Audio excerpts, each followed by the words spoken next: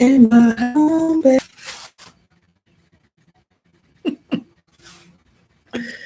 That's funny. That is so funny. I am so hilariously funny. Let me stop. I always do like pillows together. I always do that shit. As soon as I jump on, I start jiggling around shit. Hey everybody! I'm here for a long time. I'm not here for a short time. I'm just here for the meantime. Meanwhile time, that our president is lying to the public, almost like lying to the public. Lying to the public. Lying, like always. I'll be right back. Let me go scoop him up. Let me go scoop him up. Gotta get him. Because that man there telling some people some shit. I don't know why the hell. I'm trying to adjust the damn bonnet, y'all.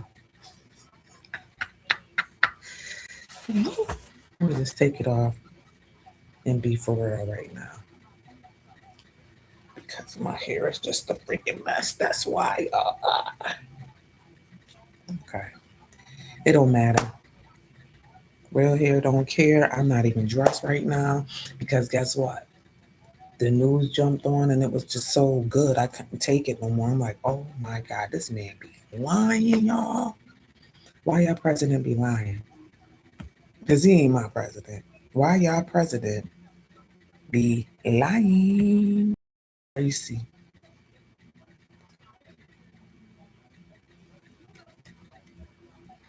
That man be lying like Stacy.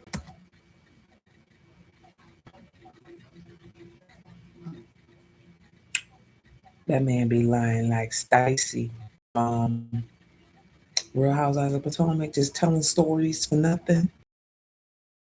Drew from Real Housewives of Atlanta, that type of person telling stories for nothing.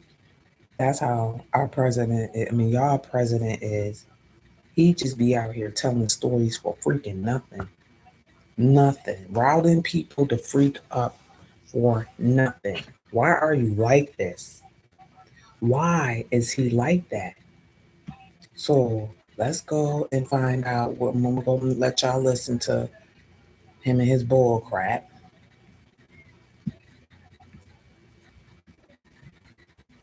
I do not condone nothing this man says. He's just talking. I'm about to put it on urgent.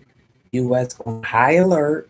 And you know we are. And all of a sudden, this man be make 9-year deals or even 100-year deals. Countries have to have ownership, and you don't defend leases. And we'll have to defend Greenland. If we don't do it, China or Russia not going to have. And I like China. I like Russia. I love the people of China. I love the people of Russia. I get along very well with President Putin, but I'm very disappointed in him.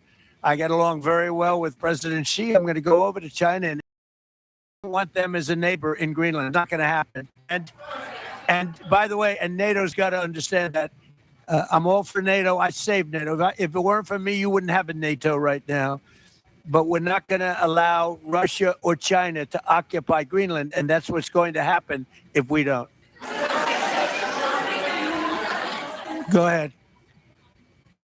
President, one, can you respond to that? And two, yeah, it was an amazing report. The most amazing thing is government jobs are way down, and yet the employment numbers are very good.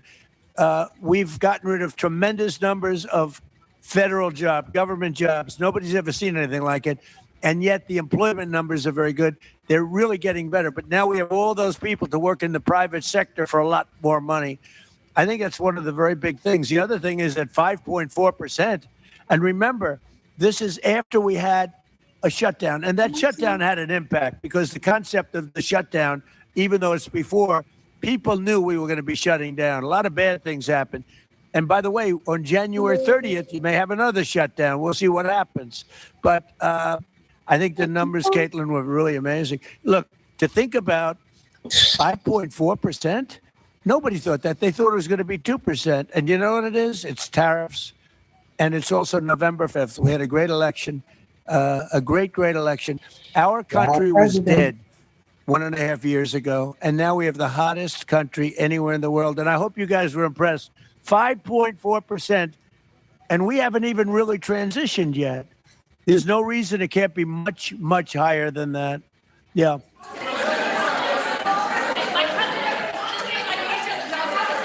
First off, can you respond to the manufacturing Let's number? give CNN a chance. You know, they've And been fighting also- so hard to get back into the mainstream. Mr. President, you posted some numbers actually on Truth Social last night. People saying you posted the job data early when you're not supposed to obviously share it till the next morning. Did you do that on purpose? No, I don't know. If they posted them, I Damn, said this post them whenever you get a CNN. chance. I don't know. They gave me some numbers. When people give me things, I post them. But the numbers are amazing. Yeah, please. How does the administration plan to distribute the money from the Venezuela oil sales? Is it, well, obviously you say it's going to go into these controlled accounts. Yeah. Would it go back to Venezuela in a Yeah. direct payment? Is it going through these goods? How do you plan to do that? Well, And we then I have want to a make second sure question. that Venezuela can survive. You know, Venezuela needs money, and we're going to make sure that they get money, and we're going to get money, and the oil companies are going to make something they need. We're going to take care of what they need. There'll be plenty left over. We're going to have a lot of money left over. And the money left over is going to the United States of America, and the oil companies are going to be very happy. Yeah, please. I believe it when I see it. Thank you, sir. Would the administration offer a backstop to these oil companies for like financial guarantees, some sort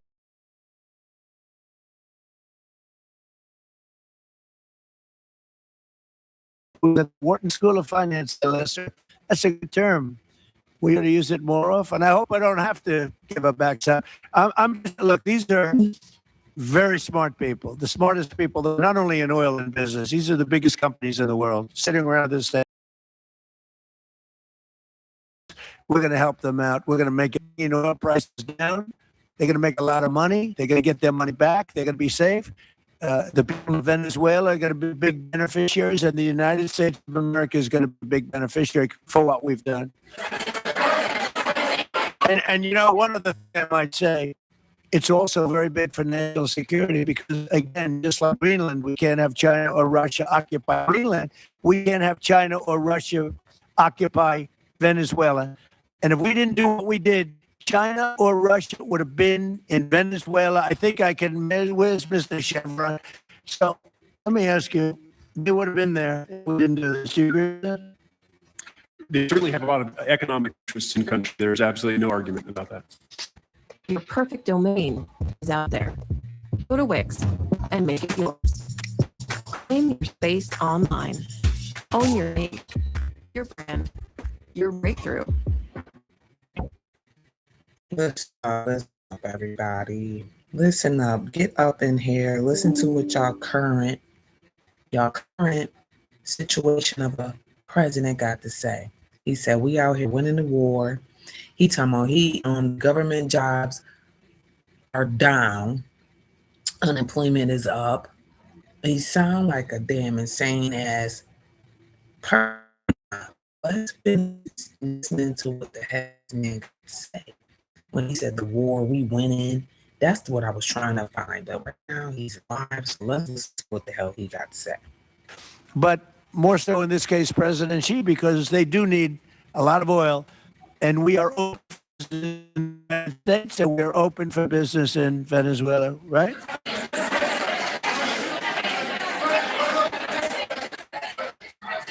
Go ahead, Chief.